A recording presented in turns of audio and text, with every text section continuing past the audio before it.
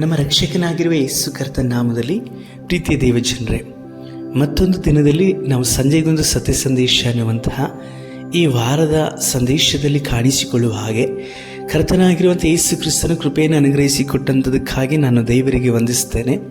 ಈ ಸಮಯದಲ್ಲಿ ನಾವು ದೇವರ ಸಂದೇಶ ಕೇಳುವುದಕ್ಕಿಂತ ಮುಂಚಿತವಾಗಿ ನಮ್ಮ ಆತ್ಮ ಪ್ರಾಣ ಶರೀರವನ್ನು ಕರ್ತನ ಸಮ್ಮುಖದಲ್ಲಿ ಸತ್ಯವೇದದೊಟ್ಟಿಗೆ ಕುಳಿತುಕೊಂಡವರಾಗಿ ಸಮರ್ಪಿಸಿಕೊಳ್ಳೋಣ. ಭೂಮಿ ಆಕಾಶಗಳನ್ನು ಉಂಟು ಮಾಡಿದಂಥ ನಮ್ಮ ಸರ್ವಶಕ್ತನಾದ ದೇವರೇ, ಕರ್ತನೇ, ನಿನ್ನ ಬಾಯಿ ಮಾತುಗಳಿಂದಲೇ ನಾವು ನೋಡುವಂತಹ ದೃಶ್ಯ ಅದೃಶ್ಯ ವಸ್ತುಗಳೆಲ್ಲವೂ ಸಹ ಉಂಟಾಗಿದೆ.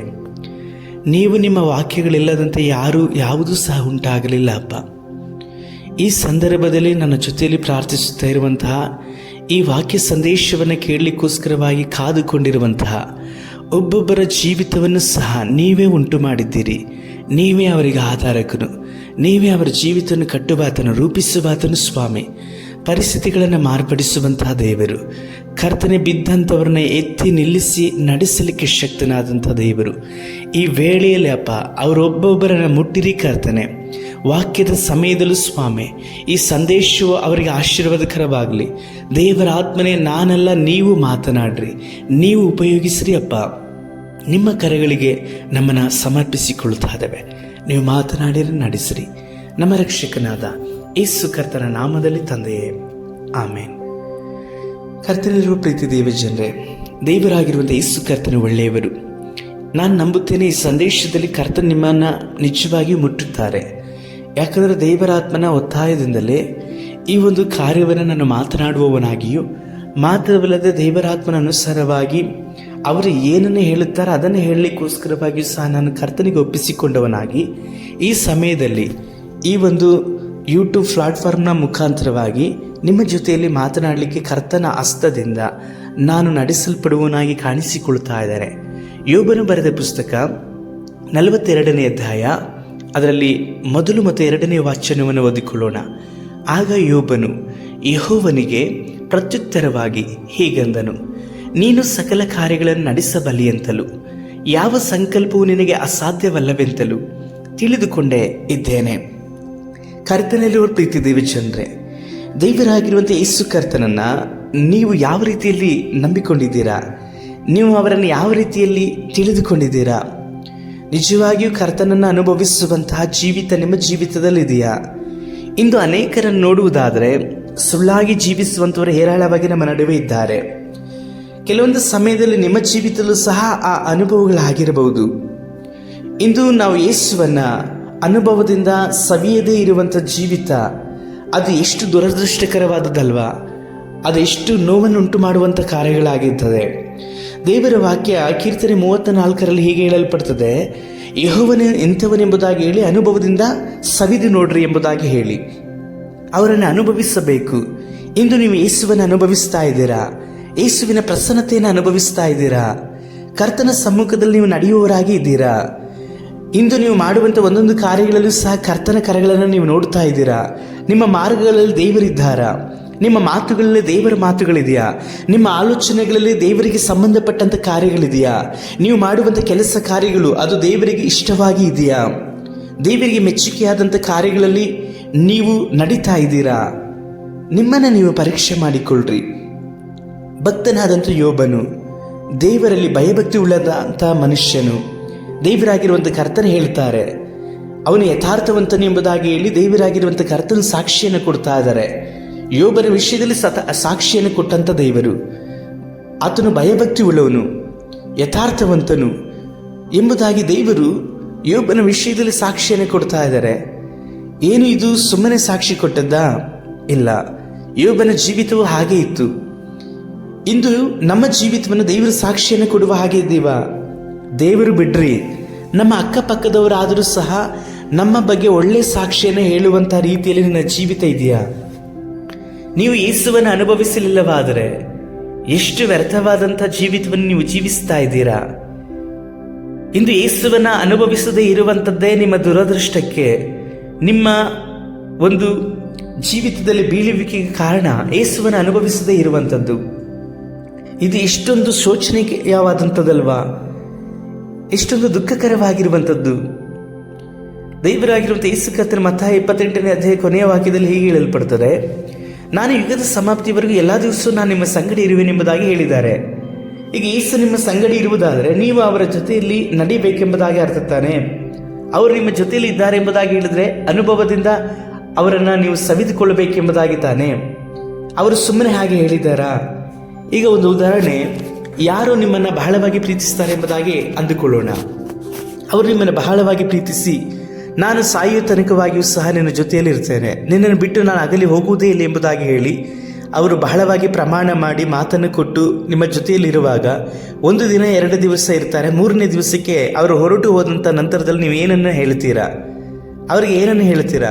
ಸಾಯುವ ತನಕವಾಗಿ ನನ್ನ ಜೊತೆಯಲ್ಲಿ ಇರ್ತೇನೆ ಎಂಬುದಾಗಿ ಹೇಳಿದೆ. 2 ದಿವಸ ಮಾತ್ರವೇ ಇದ್ದು ಈ 3ನೇ ದಿನಕ್ಕೆ ನೋಡುವುದಾದರೆ ನನ್ನನ್ನು ಬಿಟ್ಟೇ ಹೋಗ್ಬಿಟ್ಟಲ್ಲ, ಇದಾ ನಿನ್ನ ಮಾತು, ಇದಾ ನಿನ್ನ ಪ್ರೀತಿ, ಇಷ್ಟೇನಾ ನಿನ್ನ ಪ್ರೀತಿ ಎಂಬುದಾಗಿ ನೀವು ಅಂದುಕೊಳ್ತೀರಲ್ವಾ? ಅವ್ರ ಜೊತೆಯಲ್ಲಿ ಹಾಗೆ ನೀವು ಮಾತನಾಡ್ತಿರ್ತಾನೆ. ಈಗ ಯೇಸುವಿನ ವಿಷಯಕ್ಕೆ ಬರೋಣ. ಯೇಸು ಕರ್ತರು ಹೇಳಿದರು, ಯುಗದ ಸಮಾಪ್ತಿಯವರೆಗೂ ಎಲ್ಲ ದಿವಸ ನಾನು ನಿನ್ನ ಸಂಗಡ ಇರ್ತೇನೆ ಎಂಬುದಾಗಿ ಹೇಳಿದರು. ಈಗ ಯೇಸು ನಿಮ್ಮ ಸಂಗಡ ಇದ್ದಾರಾ ಇಲ್ವಾ ನೀವು ಆಲೋಚನೆ ಮಾಡ್ರಿ. ಹಾಗಾದರೆ ನಿಮ್ಮ ಸಂಗಡ ಯೇಸು ಇದ್ದಾರೆ ಎಂಬುದಾಗಿ ಹೇಳುವುದಾದರೆ ಅವರ ಸ್ವರವನ್ನು ನೀವು ಕೇಳ್ತಾ ಇದ್ದೀರಾ? ಅವರ ಜೊತೆಯಲ್ಲಿ ನೀವು ನಡೀತಾ ಇದ್ದೀರಾ? ಅವರ ಮಾರ್ಗದಲ್ಲಿ ನಡೀತಾ ಇದ್ದೀರಾ? ಅವರಿಗೆ ಮೆಚ್ಚುಗೆ ಆಗದಂಥ ಕಾರ್ಯಗಳನ್ನು ನೀವು ಮಾಡ್ತಾ ಇದ್ದೀರಾ? ನೀವು ದುಃಖದಲ್ಲಿದ್ದೀರಾ, ವೇದನೆಯಲ್ಲಿದ್ದೀರಾ, ಅಸಮಾಧಾನದಲ್ಲಿದ್ದೀರಾ, ಗಲಿಬಿಲಿಯಲ್ಲಿದ್ದೀರಾ, ಸೋತವರಾಗಿದ್ದೀರಾ, ಸತ್ತಂತ ಆತ್ಮಿಕ ಜೀವಿತದಲ್ಲಿದ್ದೀಯಾ? ನೀನು ಆಲೋಚನೆ ಮಾಡು. ಅವರು ಹೇಳಿದರು, ಯುಗದ ಸಮಾಪ್ತಿಯವರೆಗೆ ಎಲ್ಲ ದಿವಸ ನಾನು ನಿನ್ನ ಸಂಗಡ ಇರುತ್ತೇನೆ ಎಂಬುದಾಗಿ ಹೇಳಿದರು. ಹಾಗೆ ಹೇಳಿದಂಥ ದೇವರು ಸುಳ್ಳಾಡುವಂಥ ದೇವರಲ್ಲ. ಆತ ನಾನೇ ಸತ್ಯವು ಜೀವವು ಮಾರ್ಗವಾಗಿದ್ದೇನೆ ಎಂಬುದಾಗಿ ಹೇಳಿದಂಥ ದೇವರು. ಸತ್ಯ ಎಂಬುದಾಗಿ ಹೇಳುವುದಾದರೆ ಯೇಸುವೇ ಸತ್ಯ. ಯೇಸುವಿನ ಹೊರತಾಗಿ ಮತ್ತೊಂದು ಸತ್ಯ ಇಲ್ಲವೇ ಇಲ್ಲ. ಆ ಸತ್ಯವಾಗಿರುವ ಆತನು ಹೇಳ್ತಾರೆ, ನಾನು ಯುಗದ ಸಮಾಪ್ತಿಯವರೆಗೂ ಎಲ್ಲ ದಿವಸ ನಿಮ್ಮ ಸಂಗಡ ಇರ್ತೇನೆ ಎಂಬುದಾಗಿ ಹೇಳಿದರು. ಇಂದು ಯೇಸು ನಿಮ್ಮ ಸಂಗಡ ಇದ್ದಾರಾ? ನೀವು ಯೇಸುವಿನ ಜೊತೆಯಲ್ಲಿ ಸಂಚರಿಸ್ತಾ ಇದ್ದೀರಾ?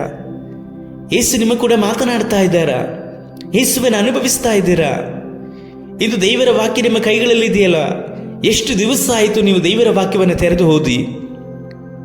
ಎಷ್ಟು ದಿವಸ ಆಯಿತು ನೀವು ಬೈಬಲನ್ನು ಮುಟ್ಟಿ? ಇಂದು ಈ ವಾಕ್ಯಗಳನ್ನು ಕೇಳುತ್ತಿರುವಂತೆ ನೀನಾದರೂ ಸರಿಯೇ. ದೇವರ ವಾಕ್ಯವಿಲ್ಲದಂತೆ ಈ ವಾಕ್ಯವನ್ನು ಕೇಳುವುದಾದರೆ ನಿನ್ನನ್ನು ಎಷ್ಟರವಳು ಎಂಬುದಾಗಿ ತಿಳಿದುಕೊಳ್ಳಬೇಕು. ಆಲೋಚಿಸು. ದೇವರ ವಾಕ್ಯಗಳು ಅದೆಂದಿಗೂ ಸಹ ಮಾರ್ಪಾಡಾಗದೇ ಇರುವಂಥದ್ದು. ಅದು ನಿಮ್ಮ ಜೊತೆಯಲ್ಲಿ ಮಾತನಾಡಲಿಕ್ಕೋಸ್ಕರವಾಗಿ ದೇವರು ಕೊಟ್ಟಿರುವಂತಹ ಸಾಧನ. ಆ ವಾಕ್ಯಗಳು ಬರೀ ವಾಕ್ಯಗಳಲ್ಲ, ಜೀವವುಳ್ಳ ಮಾತುಗಳು. ಅದನ್ನು ನೀವು ಧ್ಯಾನಿಸುವಾಗ, ನೀವು ಓದುವಾಗ ನಿಮ್ಮ ಜೊತೆಯಲ್ಲಿ ದೇವರಾಗಿರುವಂಥ ಕರ್ತನು ಮಾತನಾಡ್ತಾರೆ.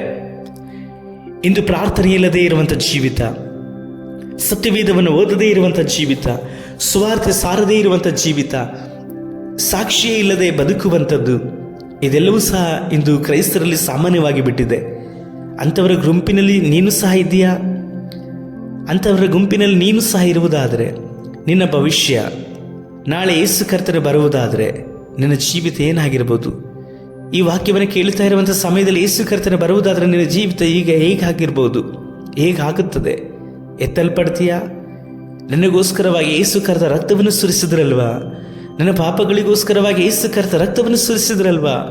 ಪ್ರಿಯ ದೇವರ ಮಗನೇ, ಮಗಳೇ, ಇಷ್ಟೇ ನನ್ನೇನು ಪ್ರೀತಿ, ಇಷ್ಟೇ ನನ್ನೇನು ಪ್ರೀತಿ.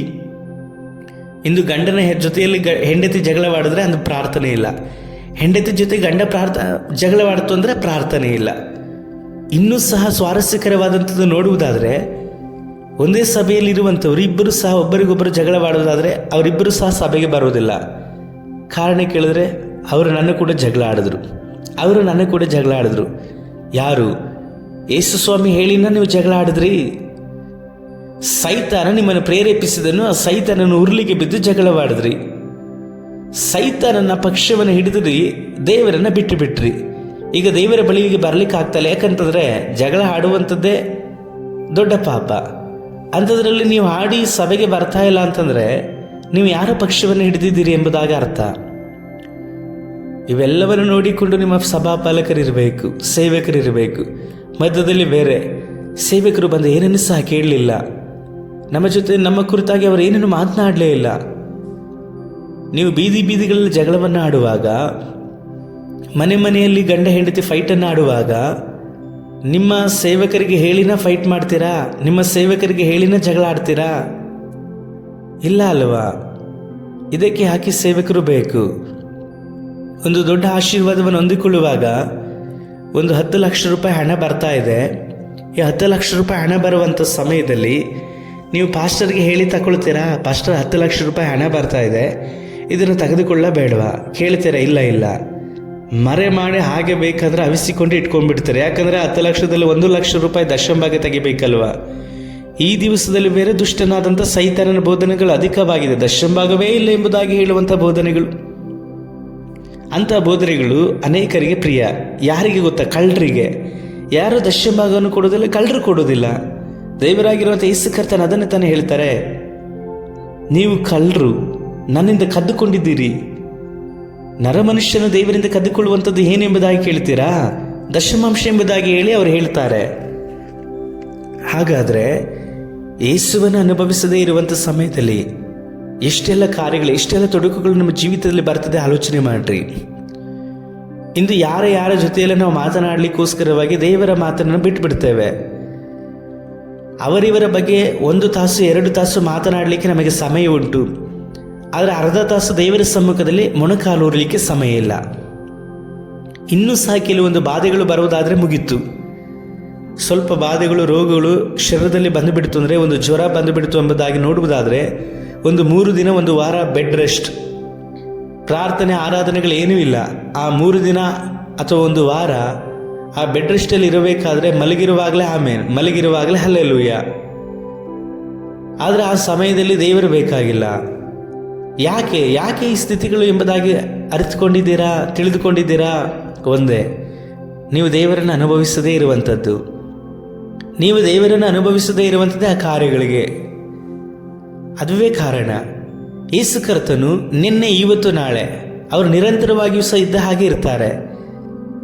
ಯಾವ ರೀತಿಯಲ್ಲಿ ಎಂಬುದಾಗಿ ನೋಡುವುದಾದ್ರೆ, ನಿನ್ನ ಸಂಗಡ ನಾನು ಇರ್ತೇನೆ ಯುಗದ ಸಮಾಪ್ತಿಯವರೆಗೂ. ಅವರು ನೆನ್ನೆನೂ ಸಹ ಹಾಗೆ ಇದ್ದಾರೆ, ಇವತ್ತು ನಾಳೆ ಯಾವಾಗಲೂ ಸಹ ನಿಮ್ಮ ವಿಷಯದಲ್ಲಿ ಅವರು ಎಂದಿಗೂ ಸಹ ಬದಲಾಗುವುದಿಲ್ಲ. ಅವರ ಪ್ರೀತಿ ಎಂದಿಗೂ ಬದಲಾಗುವುದಿಲ್ಲ. ಆದರೆ ನೀನು ಯಾವ ಸ್ಥಿತಿಯಲ್ಲಿ ಇದ್ದೀಯಾ? ದೇವರನ್ನು ಬಿಟ್ಟು ದೂರವಾಗಿ ಹೋಗಿದ್ದೀಯಾ? ಎಷ್ಟು ದೂರ ಹೋಗ್ತೀಯಾ? ಅವರನ್ನು ಬಿಟ್ಟು ಎಲ್ಲಿಗೆ ಹೋಗ್ತೀಯಾ? ಎಲ್ಲಿ ಹೋಗ್ತೀಯಾ? ಪಾತಾಳಕ್ಕೆ ಹೋಗುವುದಾದರೆ ಅಲ್ಲೂ ಸಹ ನೀನಿರುತ್ತಿ.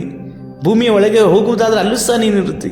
ಅರುಣನ ರೆಕ್ಕೆಗಳನ್ನು ಕಟ್ಟಿಕೊಂಡು ಆಕಾಶದ ಮೇಲೆ ಹೋಗೋಣ ಎಂಬುದಾಗಿ ಹೇಳಿದರೆ ಅಲ್ಲೂ ಸಹ ನೀನಿರುತ್ತಿ ಎಂಬುದಾಗಿ ಹೇಳಿ ಕೀರ್ತನೆಗಾರನು ಹೇಳ್ತಾನೆ. ದೇವರಿಗೆ ಇಲ್ಲದೇ ಇರುವಂಥ ಸ್ಥಳ, ದೇವರಿಲ್ಲದೇ ಇರುವಂಥ ಜಾಗ ಯಾವುದಾದ್ರೂ ಇದೆಯಾ? ಇಲ್ಲ.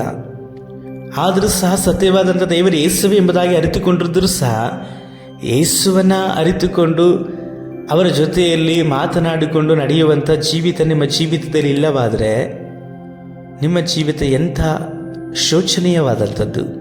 ಪ್ರಿಯ ದೇವರ ಮಗಳೇ, ದೇವರ ಮಗನೇ, ದೇವರು ನಿನ್ನ ಸಂಗಡ ಮಾತನಾಡಲಿಕ್ತಾ ಇದ್ದಾರೆ. ಅವರೇ ನಿನ್ನ ಸಂಗಡ ಮಾತನಾಡ್ತಾ ಇದ್ದಾರೆ. ನೀನು ಆಲೋಚನೆ ಮಾಡು. ಅಂದು ಯೋಬನ ಜೀವಿತ ನೋಡುವುದಾದರೆ ಶರೀರವೆಲ್ಲವೂ ಮರಣಾವಸ್ಥೆಗೆ ಹೋಯಿತು. ಮೂಳೆಗಳನ್ನು ಕೊರೆಯುವಂಥ ಹುಳುಗಳ ಶಬ್ದಗಳು ಸಹ ಕೇಳಿಸಲ್ಪಟ್ಟಿತು. ಮಾಂಸದ ಎಲುಬುಗಳು ಕಾಣಲ್ಪಡ್ತಾ ಇದೆ. ಅವನ ಶರೀರದ ಮೂಳೆಗಳನ್ನು ಅವನ ಕಣ್ಣಾರೆ ನೋಡಲ್ಪಡ್ತಾ ಇದ್ದಾನೆ. ಪಕ್ಕೆಗಳಿಗೆ ಕೈ ಹಾಕುವುದಾದರೂ ಸಹ ಅಲ್ಲೂ ಸಹ ಕೊಳಕು ಹುಣ್ಣುಗಳು ನಾರುತ್ತಾ ಇದೆ. ಹುಳುಗಳು ಅವನ ಗಾಯಗಳ ಮೇಲೆ ತಿನ್ನುತ್ತಾ ಇದೆ. ಇದೆಲ್ಲವನ್ನು ಸಹ ಅನುಭವಿಸಿದರೂ ಸಹ ದೇವರಿಗಾಗಿ ಅವನು ಜೀವಿಸಿದನು. ಗುಂಡಿಯನ್ನು ತೋಡಿಕೊಂಡು ಮೊಣಕಾಲೂರಿ ಬೂದಿಯನ್ನು ಉಯ್ದುಕೊಂಡು ಕರ್ತನನ್ನೇ ಆತನು ದೃಷ್ಟಿಸಿದನು. ನನ್ನ ವಿಮೋಚಕನು ಜೀವ ಸ್ವರೂಪನು ಎಂಬುದಾಗಿ ನಾನು ಬಲ್ಲೆನು. ಆತನು ಕೊನೆಯಲ್ಲಿ ಧೂಳಿನ ಮೇಲೆ ಎದ್ದು ನಿಂತುಕೊಳ್ಳುವನೆಂಬುದಾಗಿ ಹೇಳಿ ಮೊಣಕಾಲನ್ನು ಆ ಭೂಮಿಯಲ್ಲಿ, ಆ ಗುಂಡಿಯಲ್ಲಿ ಹಾಕಲ್ಪಟ್ಟು ಮೊಣಕಾಲೂರಿ ನೆಟ್ಟಗೆ ನಿಲ್ಲಲ್ಪಟ್ಟು ಕರ್ತನನ್ನು ದೃಷ್ಟಿಸಿದನು. ಎಷ್ಟೆಲ್ಲ ವೇದನೀಯವಾದಂಥ ಜೀವಿತ. ನೀನು ಆಲೋಚನೆ ಮಾಡು. ಒಂದು ತಲೆನೋವು ಬಂತು ಅಂದರೆ ಪ್ರಾರ್ಥನೆ ಇಲ್ಲ, ಒಂದು ಜ್ವರ ಬಂತು ಅಂದರೆ ಪ್ರಾರ್ಥನೆ ಇಲ್ಲ, ಒಂದು ವ್ಯಾಧಿ ಬಂತು ಅಂತಂದರೆ, ಒಂದು ತಲೆನೋವು ಬಂತು ಅಂದರೆ ಅಂದು ಭಾನುವಾರದ ಆರಾಧನೆ ಇಲ್ಲ, ಭಾನುವಾರದ ಸಭೆಗೆ ಹೋಗುವುದಿಲ್ಲ. ಕಾರಣ ಹುಷಾರಿರಲಿಲ್ಲ. ಏನು?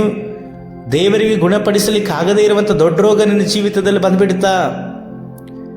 ದೇವರಿಂದ ಗುಣಪಡಿಸಲಿಕ್ಕಾಗದೇ ಇರುವಂತಹ ವ್ಯಾಧಿ ನಿನ್ನ ಜೀವಿತದಲ್ಲಿ ಇದೆಯಾ? ಸಭೆಯನ್ನು ಬಿಟ್ಟು ಇನ್ನೆಲ್ಲಿ ಹೋಗಲಿಕ್ಕೆ ಸಾಧ್ಯ? ಗುಣಪಡಿಸುವಂಥ ದೇವರನ್ನು ಬಿಟ್ಟು ಇನ್ಯಾರಿಂದ ನೀನು ಗುಣಪಡಿಸಲಿಕ್ಕೆ ಸಾಧ್ಯ? ಏನು ದೇವರಿಗಿಂತಲೂ ಸಹ ದೊಡ್ಡವರ ಈ ಲೋಕದ ವೈದ್ಯರು? ದೇವರಿಗಿಂತಲೂ ದೊಡ್ಡದ ನಿನ್ನ ಕೆಲಸ? ಇಂದು ಅನೇಕರು ಕೆಲಸ, ಯಾಕೆ ಸಭೆಗೆ ಕೆಲಸ, ದೇವರಿಗಿಂತಲೂ ಸಹ ಕೆಲಸ ಮುಖ್ಯ. ಆದರೂ ಸಹ ಹೇಳುವುದು ನಮಗೆ ದೇವರೇ ಇಲ್ಲ. ಎಂಥ ವಂಚನೀಯವಾದಂಥ ಜೀವಿತ. ಯೋಬನನ್ನು ಆಲೋಚನೆ ಮಾಡ್ರಿ, ಯೋಬನನ್ನು ಆಲೋಚನೆ ಮಾಡ್ರಿ. ಆತನು ಯೋಬನು ದೇವರನ್ನು ಅನುಭವಿಸಿದನು. ಎಲ್ಲವನ್ನ ಮಾಡುವಂಥ ದೇವರಪ್ಪ, ನಿನಗೆ ಅಸಾಧ್ಯವಾದದ್ದು ಯಾವುದೂ ಇಲ್ಲ ಎಂಬುದಾಗಿ ಹೇಳಿ ಯೋಬನು ದೇವರನ್ನು ಆತುಕೊಂಡ. ಯೋಬನಿಗೆ ಚೆನ್ನಾಗಿ ಗೊತ್ತು ಯಾವ ಸ್ಥಿತಿಯಲ್ಲಿ ಅವನು ಹಾಗೆ ಹೇಳ್ತಾ ಇದ್ದಾನೆ ಗೊತ್ತಾ. ಅವನ ಶರೀರವೆಲ್ಲವೂ ಬಾಧಿಸಲ್ಪಟ್ಟಿದೆ. ಅವನ ಎಲುಬುಗಳನ್ನು ಹುಳುಗಳು ತಿನ್ನುತ್ತಾ ಇದೆ. ಮಾಂಸವೆಲ್ಲವೂ ಸಹ ಕರೆಗೆ ಹೋಗಲ್ಪಡ್ತಾ ಇದೆ. ಅವನ ಶರೀರವನ್ನು ಹುಳುಗಳು ತಿಂದು ತಿಂದು ಮುಗಿಸ್ತಾ ಇದ್ದಾವೆ. ಇಂಥ ಸಮಯದಲ್ಲೂ ಸಹ ಅವನು ದೇವರಿಗೆ ಹೇಳ್ತಾನೆ, ದೇವರೇ ನಿನಗೆ ಯಾವುದು ಸಹ ಸಾಧ್ಯವಿಲ್ಲ ಎಂಬುದಾಗಿ ಹೇಳ್ತಾ ಇದ್ದಾನೆ. ಇಂದು ಪ್ರೀತಿಯ ದೇವ ಮಗಳೇ, ಮಗನೇ, ನೀನು ಈ ರೀತಿಯಲ್ಲಿ ದೇವರನ್ನು ಕಾಣುವವನಾಗಿ ಇದ್ದೀಯಾ? ಒಳಗೊಂದು ಹೊರಗೊಂದು ನಾಟಕೀಯವಾದಂಥ ಜೀವಿತ ಎಲ್ಲಿ ತನಕವಾಗಿ ನಿನ್ನ ಬಂಧು ಮಿತ್ರರು ನಿನಗೆ ಆಗಲ್ಪಡ್ತಾರೆ, ಎಲ್ಲಿ ತನಕವಾಗಿ ನಿನ್ನ ಸಂಬಂಧಿಕರು ಆಗಲ್ಪಡ್ತಾರೆ, ಎಲ್ಲಿ ತನಕವಾಗಿ ಸಭೆಯನ್ನು ಬಿಟ್ಟು ಸ್ನೇಹಿತರ ಜೊತೆಯಲ್ಲಿ ಹಬ್ಬ ಅದು ಇದು ಎಂಬುದಾಗಿ ಓಡಿ ಹೋಗ್ತೀಯಲ್ವಾ? ಅವರ ನಿನಗೋಸ್ಕರವಾಗಿ ರಕ್ತವನ್ನು ಸುರಿಸಿದ್ರು, ಅವರ ನಿಮ್ಮ ಪಾಪ ಪರಿಹಾರಕ್ಕೋಸ್ಕರವಾಗಿ ರಕ್ತವನ್ನು ಸುರಿಸಿದ್ರು, ಅವರ ನಿಮಗೋಸ್ಕರವಾಗಿ ಶಿಲುಬೆಯನ್ನು ಹೊತ್ತರು, ಅವರ ನಿಮಗೋಸ್ಕರವಾಗಿ ಕೊರಡೆಯ ಏಟುಗಳನ್ನು ತೆಗೆದುಕೊಂಡ್ರು, ಅವರ ನಿಮಗೋಸ್ಕರವಾಗಿ ಚಡಿ ಏಟುಗಳನ್ನು ಮಾತ್ರ ಮೊಳೆಯಿಂದ ಒಡಿಸಿಕೊಂಡ್ರು. ಎಲ್ಲವನ್ನ ಮಾಡಿದ್ದು ಯೇಸು ನಿಮಗೋಸ್ಕರವಾಗಿ, ನಿಮ್ಮ ಪಾಪಕ್ಕೋಸ್ಕರವಾಗಿ ಅವರ ರಕ್ತವನ್ನು ಸುರಿಸಲ್ಪಟ್ಟು ನಿನಗೋಸ್ಕರವಾಗಿ ತನ್ನ ಜೀವವನ್ನೇ ಸಜೀವವಾಗಿ ಶಿಲುಬೆ ಮೇಲೆ ಒಪ್ಪಿಸಿಕೊಡ್ಲಿಕ್ಕೋಸ್ಕರವಾಗಿ ಪರಲೋಕವನ್ನು ಬಿಟ್ಟು ಈ ಭೂಮಿ ಮೇಲೆ ಎಲ್ಲ ಅವಮಾನಗಳನ್ನು ಸಹಿಸಿಕೊಂಡು ಉಗಿಸಿಕೊಳ್ಳುವಂಥವರ ಮುಖವನ್ನು ಕೊಟ್ಟು ಒಡೆಯುವಂಥವರಿಗೆ ಅವರ ಶರೀರ ಒಪ್ಪಿಸಿಕೊಟ್ಟು ಕೈಗಳನ್ನು ಕಾಲುಗಳನ್ನು ಆ ಭಾರವಾದ ಶಿಲುಬೆ ಮೇಲೆ ಹೊರಗಿಸಿಕೊಂಡು ಚುಪಾದಂತಹ ಮೊಳೆಗಳಿಂದ ವೇದನೆ ಪಟ್ಟರು ಸಹ ನಿನಗೋಸ್ಕರವಾಗಿ ಅವರು ಪ್ರಾಣವನ್ನು ಕೊಟ್ಟಲ್ವಾ? ಇಂದು ಆ ಕರ್ತನನ್ನೇ ನಿನ್ನ ಅನುಭವಿಸಲ್ಪಡ್ತಾ ಇದೆಯಾ? ಯೋಬನು ದೇವರನ್ನು ಅನುಭವಿಸಿದನು. ಆ ವ್ಯಾಧಿಯಲ್ಲಿಯೂ, ಆ ನೋವಿನಲ್ಲಿಯೂ, ಆ ಗಾಯದಲ್ಲಿಯೂ, ಆ ಕಣ್ಣೀರಿನಲ್ಲಿ, ಇಕ್ಕಟ್ಟಿನಲ್ಲೂ ಅನುಭವಿಸಿದನು. ಯೋಬನು ಅನುಭವಿಸಿದ್ದು ಹಣವನ್ನ, ಆಸ್ತಿಯನ್ನ, ಐಶ್ವರ್ಯವನ್ನ ಅಲ್ಲ, ದೇವರನ್ನ. ಅವನ ಜೀವಿತದಲ್ಲಿ ನೋಡುವುದಾದರೆ ಮಕ್ಕಳಿದ್ರು, ಮಕ್ಕಳನ್ನು ಸಹ ಕಳೆದುಕೊಂಡ. ಹಣ, ಆಸ್ತಿ, ಸಂಪತ್ತು, ಆಳು ಕಾಳು, ಕತ್ತೆ, ಎತ್ತು, ಕುರಿ ಎಲ್ಲವನ್ನು ಕಳೆದುಕೊಂಡು ಒಂದು ಸಮಯದಲ್ಲಿ ಅವನು ಹೇಳುವಂಥ ಮಾತು, ದೇವರು ಕೊಟ್ಟರು, ದೇವರೇ ತೆಗೆದುಕೊಂಡ್ರು, ದೇವರಿಗೆ ಸ್ತೋತ್ರ. ಯಾಕಂದರೆ ಅವೆಲ್ಲವೂ ಬಂದಿದ್ದು ಅವನ ಸ್ವಂತ ದುಡಿಮೆಯಿಂದಲ್ಲ. ದೇವರನ್ನು ಅನುಭವಿಸಿದನು, ದೇವರ ಜೊತೆಯಲ್ಲಿ ನಡೆದನು, ದೇವರ ಜೊತೆಯಲ್ಲಿ ಸಂಚರಿಸಿದನು, ದೇವರನ್ನು ಆತುಕೊಂಡಿದ್ದನು. ದೇವರನ್ನು ಆತುಕೊಂಡಿದ್ದರಿಂದಲೇ ಅವೆಲ್ಲವೂ ಸಹ ಬಂತು. ಇಂದು ಅನೇಕರು ಭೂಮಿಯನ್ನು ಆತುಕೊಂಡಿದ್ದಾರೆ, ಹಣವನ್ನು ಆತುಕೊಂಡಿದ್ದಾರೆ, ಐಶ್ವರ್ಯವನ್ನು ಆತುಕೊಂಡಿದ್ದಾರೆ. ಅನೇಕರು ಒಬ್ಬ ಸೇವಕನ ಪಕ್ಷವನ್ನು ಬಿಟ್ಟು ಇನ್ನೊಬ್ಬ ಸೇವಕನನ್ನು ಆತುಕೊಂಡಿದ್ದಾರೆ. ನಮಗೆ ನಿಜವಾಗಿ ಇರುವಂಥ ವೈರಿಗಳು ಎಲ್ಲಿ ಗೊತ್ತಾ? ಇಂದು ಸಭೆಯಲ್ಲಿ ನೀವು ಅನೇಕರನ್ನ ಕೇಳ್ರಿ, ಅವ್ರು ಹೇಳುವಂಥದ್ದು, ಅವಳು ಕಂಡ್ರೆ ನನಗಾಗೋದಿಲ್ಲ, ಅವನನ್ನು ಕಂಡ್ರೆ ನನಗಾಗೋದಿಲ್ಲ. ಈ ಪಾಸ್ಟ್ರ್ ಹೇಳ್ತಾ ಇರೋದೆಲ್ಲ ನನ್ನ ಬಗ್ಗೆನೇ, ಈ ಪಾಸ್ಟ್ರೇ ಸರಿ ಇಲ್ಲ. ಇಂದು ಅನೇಕರು ಈ ರೀತಿಯಲ್ಲಿದ್ದಾರೆ. ಯೇಸುಸ್ವಾಮಿ ಹೇಳಿದ್ರು, ನಿಮ್ಮ ವೈರಿಗಳನ್ನು ಪ್ರೀತಿಸಿರಿ ಎಂಬುದಾಗಿ ಹೇಳಿ. ಇವತ್ತು ಸಭೆಯವರನ್ನ ವೈರಿಗಳಾಗಿ ಕಾಣ್ತಾ ಇದ್ದಾರೆ, ಲೋಕದವರನ್ನ ಪ್ರೀತಿಸ್ತಾ ಇದ್ದಾರೆ. ಯಾಕಂದರೆ ಲೋಕದವರು ವೈರಿಯಾದಂಥ ಸೈತಾನನಿಗೆ ಅವರ ಅವಕಾಶವನ್ನು ಕೊಟ್ಟದ್ರಿಂದ ವೈರಿಯ ಮಕ್ಕಳು ಈ ಲೋಕದವರನ್ನು ಪ್ರೀತಿಸ್ತಾರೆ, ದೈವ ಮಕ್ಕಳನ್ನು ಪ್ರೀತಿಸೋದಿಲ್ಲ. ಒಂದೇ ಸಭೆಯವರನ್ನು ಪ್ರೀತಿಸೋದಿಲ್ಲ. ಅದರ ದೇವರ ವಾಕ್ಯ ಏನು ಹೇಳ್ತದೆ? ನೀವು ಉಪಕಾರಗಳನ್ನು ಮಾಡ್ರಿ, ಅದರಲ್ಲಿ ದೇವರ ಮನೆ ಒಂದೇ ಸಭೆಯವರಿಗೆ ಮೊದಲು ಮಾಡ್ರಿ ಎಂಬುದಾಗಿ ಹೇಳ್ತಾರೆ. ಇಂದು ನೀವು ಆ ರೀತಿಯಾದಂಥ ಜೀವಿತದಲ್ಲಿ ಇದ್ದೀರಾ. ಯಾಕೆ ಇರ್ಲಿಕ್ಕೆ ಆಗ್ತಾ ಇಲ್ಲ ಗೊತ್ತಾ? ದೇವರನ್ನು ಅನುಭವಿಸದೇ ಇರುವಂಥದ್ದು. ಇಂದು ಪ್ರಾರ್ಥನೆ ಮಾಡಿದ್ರ, ದೇವರ ವಾಕ್ಯವನ್ನು ಓದಿದ್ರ, ದೇವರನ್ನು ಅನುಭವಿಸಿದ್ರ, ಅವರ ಪ್ರಸನ್ನತೆಯನ್ನು ಅನುಭವಿಸಿದ್ರ, ಅವರ ಸಮ್ಮುಖದಲ್ಲಿ ನಡೆದ್ರು ಸಹ ನಿಮ್ಮ ಬಾಯಲ್ಲಿ ಯಾಕೆ ಹೊಲಸು ಮಾತು ಬರ್ತದೆ? ಕೆಲವರು ಹೇಳಲ್ಪಡ್ತಾರ್ರಿ, ದೇವರು ನನ್ನ ಜೊತೆಯಲ್ಲಿ ಮಾತನಾಡಿದ್ರು ಎಂಬುದಾಗಿ ನಮ್ಮ ಜೊತೆಯಲ್ಲಿ ಬಂದು ಮಾತನಾಡಿ ಹೊರಗಡೆ ಹೋಗುವುದಾದರೆ ಮತ್ತೊಬ್ಬನ ಜೊತೆಯಲ್ಲಿ ಫೈಟ್ ಮಾಡ್ತಾ ಇರ್ತಾನೆ. ಅವನ ಬಾಯಲ್ಲಿ ನೋಡುವುದಾದರೆ ಅಪ್ಪ ಅಮ್ಮ ಇನ್ನೂ ಬೇರೆ ಬೇಡವಾದಂಥ ಎಷ್ಟೋ ಮಾತುಗಳು ಬರ್ತಾ ಇರ್ತದೆ. ಅವನು ಒಳಗಡೆ ಮಾತನಾಡ್ತಾ ಇರೋದು ದೇವರ ಸೈತಾನ ಎಂಬುದಾಗಿ ಹೇಳಿ ಹೊರಗಡೆ ಹೋಗಿ ನೋಡಿದ್ರೆ ಗೊತ್ತಾಗುತ್ತೆ. ಅವರ ಅಕ್ಕಪಕ್ಕದ ಮನೆಯವರನ್ನ ಕೇಳಿದ್ರೆ ಗೊತ್ತಾಗುತ್ತೆ. ಅವರ ಸ್ವಂತ ಮನೆಯವರನ್ನ ಕೇಳಿದ್ರೆ ಗೊತ್ತಾಗುತ್ತೆ ಅವನ ಜೊತೆಯಲ್ಲಿ ಮಾತನಾಡ್ತಾ ಇರೋದು ದೇವರು ಮಾತನಾಡಿದ್ರೆ ಸೈತಾನನ ಮಾತನಾಡಿದ್ರೆ ಎಂಬುದಾಗಿ ಹೇಳಿ. ಇಂದು ಮರೆಮಾಚಲ್ಪಟ್ಟಂತ ಆತ್ಮಿಕ ಜೀವಿತ, ಸೈತಾನನು ಅನೇಕರನ್ನು ವಂಚಿಸಿಕೊಂಡಿದ್ದಾನೆ. ದೇವರೇ ಮಾತನಾಡಿದ್ರೆ ಎಂಬುದಾಗಿ ಧೈರ್ಯವಾಗಿ ಹೇಳ್ತಾರೆ ನೋಡ್ರಿ. ಅವರಲ್ಲಿ ಭಯವೇ ಇಲ್ಲದಂತೆ ಹೇಳಲ್ಪಡ್ತಾರೆ. ಇದರ ಅರ್ಥ ಸೈತಾನ ಅವರಿಗೆ ಎಷ್ಟು ಬಲವನ್ನು ಕೊಟ್ಟಿದ್ದಾರೆ, ಎಷ್ಟು ಸ್ವಾತಂತ್ರ್ಯವನ್ನು ಕೊಟ್ಟಿದ್ದಾನೆ. ಅವರ ಎಲ್ಲ ಕಾರ್ಯಗಳು, ಅಂತಹ ಬಲಹೀನವಾದಂತಹ ಅವರ ಎಲ್ಲ ಕ್ರಿಯೆಗಳು ಸಹ ಮುರಿಯಲ್ಪಡುವಂತಹ ದಿನಗಳು ಅತಿ ಬೇಗನೆ ಬರಲ್ಪಡ್ತದೆ. ಕರ್ತನು ನ್ಯಾಯ ತೀರ್ಪನ್ನು ಕೊಡುವಂಥ ದಿನಗಳು ಅತಿ ಬೇಗನೆ ಇದೆ. ಎಚ್ಚರಿಕೆ. ದೇವರನ್ನು ಅನುಭವಿಸದಂತೆ, ದೇವರನ್ನು ಹೊಂದಿಕೊಳ್ಳದಂತೆ, ದೇವರನ್ನು ಪ್ರಾರ್ಥಿಸದಂತೆ, ಆರಾಧಿಸದಂತೆ, ಅವರ ಬಾಯಿಂದ ಬರುವಂಥ ಮಾತುಗಳನ್ನು ಕೇಳಿ ಅದರಂತೆ ನಡೆಯದ ಹಾಗೆ ಜೀವಿಸುವಂಥ ಯಾವ ಜೀವಿತವೂ ಸಹ ಕ್ರೈಸ್ತಿಯ ಜೀವಿತ ಅಲ್ಲ. ಎಷ್ಟೇ ಪ್ರಾರ್ಥನೆ, ಎಷ್ಟೇ ಆರಾಧನೆ ನೀನು ದೇವರನ್ನು ಅನುಭವಿಸಿದಂತೆ ಮಾಡ್ತು ಅಂತಂದ್ರೆ ಎಲ್ಲವೂ ವ್ಯರ್ಥ. ಅವರು ನಿತ್ಯವೂ ಸಹ ನಮ್ಮ ಜೊತೆಯಲ್ಲಿ ಮಾತನಾಡಲಿಕ್ಕೆ ಬಯಸುವಂಥ ದೇವರು. ಆದರೆ ಆ ಒಂದು ಜೀವಿತಕ್ಕೆ ನೀನಿದ್ದೀಯಾ? ನೀನು ಆಲೋಚನೆ ಮಾಡಿ. ದೇವರು ಯಾವಾಗಲೂ ನಿನ್ನ ಪಕ್ಷ ಇರಲಿಕ್ಕಾಗಿ ಬಯಸ್ತಾರೆ, ನಿಮ್ಮ ಜೊತೆಯಲ್ಲಿ ಮಾತನಾಡಲಿಕ್ಕೆ ಬಯಸ್ತಾರೆ, ನಿನ್ನ ಜೊತೆಯಲ್ಲಿ ನಡೆಯಲಿಕ್ಕಾಗಿ ಬಯಸ್ತಾರೆ. ಯೋಬನು ದೇವರನ್ನ ಅಂಥವನಾಗಿ ಕಾಣಲ್ಪಟ್ಟ. ಎಂಥ ಪರಿಸ್ಥಿತಿ ಬಂದರೂ ಸಹ ಅವನ ಸ್ನೇಹಿತರು ಆಧರಿಸಲಿಕ್ಕಾಗಿ ಬಂದರು, ಆದರೆ ಅವರ ಆದರಣೆ ಕೊಡಲಿಲ್ಲ. ಚುಚ್ಚು ಮಾತುಗಳನ್ನು ಆಡಿದ್ರು ಸಹ, ಸ್ವತಃ ಕಟ್ಟಿಕೊಂಡಂಥ ಹೆಂಡತಿಯೂ ಸಹ ದೇವರನ್ನು ದೂಷಿಸಿ ಸಾಯಿ ಎಂಬುದಾಗಿ ಹೇಳಲ್ಪಟ್ಟು ಸಹ ಯೋಬನಲ್ಲಿದ್ದಂಥ ಯಥಾರ್ಥತೆ ಬದಲಾಗಲಿಲ್ಲ. ಯಾಕೆ ಗೊತ್ತಾ? ಅವನು ದೇವರನ್ನು ಅನುಭವಿಸಿ ನೋಡಿದ್ದ. ನಮ್ಮ ದೇವರಾಗಿರುವಂಥ ಯೇಸು ಎಂಥವನೆಂಬುದಾಗಿ ಹೇಳಿ ಅವನಿಗೆ ಚೆನ್ನಾಗಿ ತಿಳಿದುಕೊಂಡವನಾಗಿದ್ದ. ಇಂದು ದೇವರನ್ನು ಅನುಭವಿಸಲಿಲ್ಲವಾದರೆ ನೀನು ದೇವರಿಗೆ ಏನನ್ನು ಬಿಟ್ಟು ಕೊಡ್ಲಿಕ್ಕೆ ಸಾಧ್ಯವಿಲ್ಲ. ಪ್ರಿಯ ದೇವರ ಮಗನೇ, ಮಗಳೇ, ಎಲ್ಲಿಯವರೆಗೆ ನಾಟಕೀಯ ಜೀವಿತ, ಎಲ್ಲಿಯವರೆಗೆ ಬಣ್ಣದ ಜೀವಿತ, ಎಲ್ಲಿಯವರೆಗೆ ವೇಷ, ಎಲ್ಲಿಯವರೆಗೆ ಇತರರನ್ನು ನೀನು ವಂಚಿಸಲಿಕ್ಕೆ ಸಾಧ್ಯ? ಎಲ್ಲವನ್ನು ಸಹ ಬಯಲು ಮಾಡುವ ಆತನು ಅತಿ ಶೀಘ್ರದಲ್ಲಿ ಬರ್ತಾನೆ. ಈಗಲೂ ಸಹ ದೇವರ ಎಚ್ಚರಿಕೆಯನ್ನು ಕೊಡ್ತಾ ಇದ್ದಾರೆ. ದೇವರನ್ನು ಹೊಂದಿಕೋ, ದೇವರನ್ನು ಹೊಂದಿಕೋ. ನಿನ್ನ ಗಂಡನಿಗಿಂತ ದೇವರನ್ನು ಕೀಳಾಗಿ ಕಾಣಬೇಡ. ಯಾವುದನ್ನು ನೀನು ಹೆಚ್ಚಾಗಿ ಕಾಣಲ್ಪಡ್ತದೆ? ಗಂಡನ, ಹೆಂಡತಿಯ, ಮಕ್ಕಳ, ಹಣನ, ಆಸ್ತಿನ, ಯಾವುದು? ದೇವರೇ ನಿನಗೆ ಹೆಚ್ಚಾಗಿರ್ಬೇಕು. ಆತನ ನಿನ್ನ ಶಿರಸ್ಸು.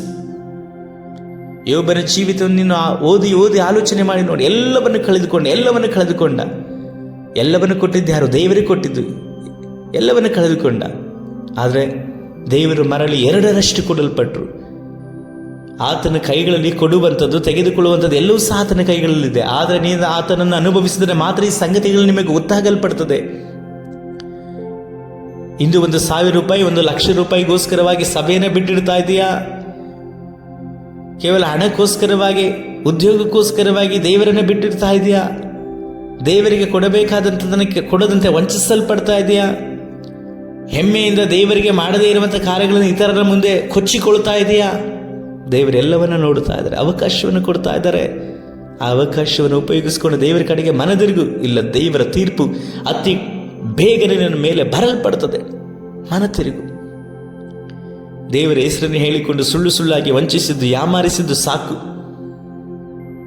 ದೇವರು ಒಳ್ಳೆಯವರು, ನಿನ್ನನ್ನು ಸಹಿಸಿಕೊಂಡಿದ್ದಾರೆ. ನೀನು ಮನ ತಿರುಗುವುದಾದರೆ ಖಂಡಿತವಾಗಲೂ ದೇವರ ಕೃಪೆ, ದೇವರ ಸಮಕ್ಷಮ, ದೇವರ ಸಮ್ಮುಖವನ್ನು ನೀನು ಅನುಭವಿಸಲಿಕ್ಕೆ ಸಾಧ್ಯ. ಪ್ರಿಯ ದೇವರ ಮಗಳೇ, ಮಗನೇ, ನೀನು ದೇವರನ್ನು ಅನುಭವಿಸಲಿಲ್ಲವಾದರೆ, ನೀನು ದೇವರ ಜೊತೆಯಲ್ಲಿ ನಡೆಯಲಿಲ್ಲವಾದರೆ, ದೇವರ ಸ್ವರವನ್ನು ಕೇಳಲಿಲ್ಲವಾದರೆ ನೀನು ಎಂತಹ ದೇವರನ್ನು ಇಟ್ಟುಕೊಂಡಿದ್ದೆ ನೀನು ಆಲೋಚನೆ ಮಾಡು. ಇಂದು ಅನೇಕರು ದೇವರಾದ ಯೇಸುವನ ವಿಗ್ರಹವನ್ನಾಗಿ ಇಟ್ಕೊಂಡು ಬಿಟ್ಟಿದ್ದಾರೆ. ಬಾಯಿಪಾಠದ ಪ್ರಾರ್ಥನೆಗಳು, ಬಾಯಿಪಾಠದ ಆರಾಧನೆಗಳು, ಒಂದೇ ಸ್ಟೈಲಲ್ಲಿ ಕೂತುಕೊಳ್ಳುವಂಥದ್ದು. ಮೊಣಕಾಲು ಊರೋಂಗಿಲ್ಲ, ಕೈಗಳನ್ನು ಎತ್ತೋಂಗಿಲ್ಲ. ಅವನು ಸಭೆಗೆ ಹೋಗೋದಿಲ್ಲ, ಆದರೂ ಸಹ ಉಪದೇಶ ಮಾಡ್ತಾನೆ. ಅವನು ಕಾಣಿಕೆ ದಶಮ ಕೊಡೋದಿಲ್ಲ, ಆದರೂ ಸಹ ಉಪದೇಶವನ್ನು ಮಾಡ್ತಾನೆ. ಅವನು ತನ್ನ ಹೆಂಡತಿಯನ್ನೇ ಪ್ರೀತಿಸೋದಿಲ್ಲ, ಕುಟುಂಬವನ್ನೇ ಪ್ರೀತಿಸೋದಿಲ್ಲ, ಆದರೂ ಸಹ ಉಪದೇಶವನ್ನು ಮಾಡ್ತಾನೆ. ಮತ್ತೊಬ್ಬರಿಗೆ ಹೇಳ್ತಾನೆ, ಅಯ್ಯೋ ಕಪಟಿಯೇ, ನಿನ್ನ ಕಣ್ಣಲ್ಲಿರುವಂತಹ ತೊಲೆಯನ್ನು ತೆಗೆದಾಕು. ಇಂದು ಅನೇಕರು ತೊಲೆಯನ್ನು ಇಟ್ಟುಕೊಂಡೇ ಉಪದೇಶ ಮಾಡ್ತಾ ಇದ್ದಾರೆ. ಅಂತ ತೊಲೆಯನ್ನು ಇಟ್ಟುಕೊಂಡಿರುವಂಥ ಅನೇಕರು ಇಂದು ದೇವರಿಗೆ ಉಗುಳಲಿಕ್ಕೂ ಆಗದಂತೆ, ನುಂಗಲಿಕ್ಕೂ ಆಗದಂತೆ ವಾಮಿಂಟ್ ಮಾಡಲಿಕ್ಕೆ ದೇವರಿದ್ದಾರೆ. ನೀವು ದೇವರ ಒಳಗಡೆ ಪ್ರವೇಶಿಸಲಿಕ್ಕೆ ಸಾಧ್ಯವಿಲ್ಲ. ಮನ ತಿರುಗು. ದೇವರಾಗಿರುವಂಥ ಯೇಸು ಕರ್ತನ ವಿಗ್ರಹ ಅಲ್ಲ, ಮಾತನಾಡದೇ ಇರುವಂಥ ಮೂಕ ವಿಗ್ರಹ ಅಲ್ಲ. ಅವರು ಜೀವ ಸ್ವರೂಪನಾದ ದೇವರು. ಅವರು ಮಾತನಾಡುತ್ತಾರೆ, ಅವರು ಮುಟ್ಟುತ್ತಾರೆ, ಅವರು ನಡೆಯುತ್ತಾರೆ, ಅವರು ನಿಮ್ಮನ್ನು ಎತ್ತಿಕೊಳ್ಳುತ್ತಾರೆ, ಹೆಗಲ ಮೇಲೆ ಹೊತ್ತುಕೊಂಡು ನಡೆಸುವಂಥ ದೇವರಾಗಿದ್ದಾರೆ. ಆ ದೇವರನ್ನು ನೀನು ಅನುಭವಿಸದೇ ಇದ್ದೀಯಾ? ಆ ದೇವರ ಜೊತೆ ನೀನು ಮಾತನಾಡದೇ ಇದ್ದೀಯಾ?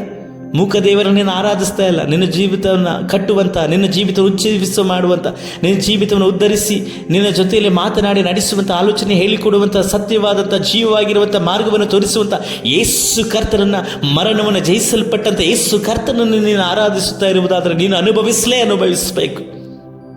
ದೇವರು ನಿಶ್ಚಯ ಮಾತನಾಡಲ್ಪಡ್ತಾರೆ. ಒಪ್ಪಿಸಿಕೊಡು. ರಾತ್ರಿ ಒಂದೊಂದು ಜಾವದಲ್ಲಿ ಎದ್ದು ಪ್ರಾರ್ಥನೆ ಮಾಡು. ಎಂದು ಪ್ರಾರ್ಥನೆ ಇಲ್ಲದಂತೆ ಮತ್ತೊಬ್ಬರ ಜೊತೆಯಲ್ಲಿ ಮಾತನಾಡಲಿಕ್ಕೆ ಹೋಗಬೇಡ. ಫಸ್ಟ್ ಪ್ರಾರ್ಥನೆ, ಮೊದಲು ದೇವರ ವಾಕ್ಯ, ಆ ನಂತರದಲ್ಲಿ ಮತ್ತೊಬ್ಬರ ಜೊತೆಯಲ್ಲಿ ಮಾತನಾಡು.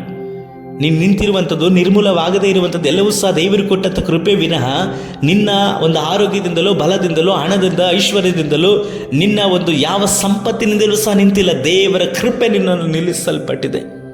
ಎಂದೋ ಮರಣವಾಗಲ್ಪಟ್ಟು ಮಣ್ಣಲ್ಲಿ ಮಣ್ಣಾಗಬೇಕಾಗಿದ್ದಂಥ ನಿನ್ನನ್ನು ಮಹಿಮೆಯ ಸ್ವರೂಪನಾದಂಥ ದೇವರು ಮಹಿಮೆಯಾಗಿ ಉಪಯೋಗಿಸಬೇಕೆಂಬುದಾಗಿ ಆರಿಸಿ ತೆಗೆದುಕೊಂಡಿದ್ದಾರೆ ವಿನಃ ನಿನ್ನ ಗರ್ವವನ್ನು ಬಿಟ್ಟು ಕರ್ತನ ಕಡೆಗೆ ಮನದಿರುಗಲಿಕ್ಕೋಸ್ಕರವಾಗಿ ದೇವರು ಹೇಳ್ತಾ ಇದ್ದಾರೆ. ಮನದಿರುಗು, ದೇವರನ್ನು ಅನುಭವಿಸು. ಯೋಬನು ದೇವರನ್ನು ಅನುಭವಿಸಿ ಹೇಳಿದ, ನಿನ್ನ ಸಕಲ ಕಾರ್ಯಗಳೆಲ್ಲವನ್ನು ಮಾಡುವ ದೇವರು, ನಿನಗೆ ಯಾವುದು ಅಸಾಧ್ಯವಿಲ್ಲ ಎಂಬುದಾಗಿ ಹೇಳಿದ. ಎಂಥ ಪರಿಸ್ಥಿತಿಯಲ್ಲಿ ಹೇಳಿದ ಗೊತ್ತಾ? ಅವನ ಶರೀರ ಮರಣಕ್ಕೆ ಒಳಗಾದಂಥ ಪರಿಸ್ಥಿತಿಗಳಲ್ಲಿ ಹೇಳಿದ. ಆದರೆ ಮರಣವನ್ನು ಜಯಿಸಲ್ಪಟ್ಟಂಥ ದೇವರು ಆತನಿಗೆ ತಿರುಗಿ ಉಜ್ಜೀವಿಸುವನ್ನು ಕೊಡಲ್ಪಟ್ಟರು. ಕಳೆದುಕೊಂಡದೆಲ್ಲವನ್ನ ಮರಳಿ ಕೊಟ್ಟರು. ಪ್ರೀತಿ ದೇವರ ಜನನೇ, ದೇವ ಮಗನೇ, ನೀನು ಕಳೆದುಕೊಂಡದನ್ನು ಮರಳಿ ಹೊಂದಿಕೊ. ದೇವರನ್ನು ಅನುಭವಿಸು. ಆತನ ಎಂಥವನೆಂಬುದಾಗಿ ಹೇಳಿ ಅನುಭವಿಸು. ಮರಳಿ ದೇವರು ನಿನ್ನನ್ನು ಕಟ್ಟಲಿಕ್ಕೆ ಶಕ್ತನು. ನಾವು ಪ್ರಾರ್ಥಿಸುವ. ಭೂಮಿ ಆಕಾಶಗಳನ್ನು ಉಂಟು ಮಾಡಿದಂತಹ ದೇವರೇ, ನೀನು ಸಕಲ ಕಾರ್ಯಗಳೆಲ್ಲವನ್ನೂ ಸಹ ಮಾಡುವಂತಹ ದೇವರೂಪ. ನಿಮಗೆ ಯಾವುದೂ ಸಹ ಅಸಾಧ್ಯವಾದದ್ದಲ್ಲ. ಈ ಕಾರ್ಯಗಳನ್ನು ಯೋಬನು ಅರಿತುಕೊಂಡ ಹಾಗೆ ಈ ಸಂದೇಶವನ್ನು ಕೇಳುತ್ತಿರುವಂಥ ಒಬ್ಬೊಬ್ಬರು ಅರಿತುಕೊಂಡು ನಿಮ್ಮನ್ನು ಅನುಸರಿಸಿ ನಡೆಯಲಿಕ್ಕಾಗಿ ಕೃಪೆ ಮಾಡಿರಿ ತಂದೆ. ಈ ವಾಕ್ಯವನ್ನು ಕೇಳುವಂಥ ಒಬ್ಬೊಬ್ಬರ ಜೀವಿತವನ್ನು ಕಟ್ಟರಿ, ಒಬ್ಬೊಬ್ಬರ ಪರಿಸ್ಥಿತಿಗಳನ್ನು ಮಾರ್ಪಡಿಸಿರಿ. ನಿಮ್ಮ ಕರೆಗಳಿಗೆಲ್ಲರನ್ನೂ ಒಪ್ಪಿಸಿಕೊಡ್ತಾನೆ ಯೇಸು ಕರ್ತನ ನಾಮದಲ್ಲಿ ತಂದೆ, ಆಮೇನ್. ಕರ್ತನಲ್ಲಿ ಪ್ರೀತಿ ದೇವಜನರೇ, ದೇವರಾಗಿರುವಂಥ ಯೇಸು ಕರ್ತ ನಿಮ್ಮನ್ನು ಆಶೀರ್ವಾದ ಮಾಡಲಿ. ಈ ಸಂದೇಶ ನಿಮಗೆ ಪ್ರಯೋಜನಕರವಾಗಿರುವುದಾದರೆ ಖಂಡಿತವಾಗಿ ನೀವು ಮತ್ತೊಬ್ಬರಿಗೆ ಇದನ್ನು ಶೇರ್ ಮಾಡಿರಿ. ನಿಮ್ಮ ಯಾವುದೇ ಪ್ರಾರ್ಥನೆ ಮನವಿಗಳಿರುವುದಾದರೂ ಸಹ ನಮ್ಮೊಡನೆ ಹಂಚಿಕೊಳ್ಳ್ರಿ.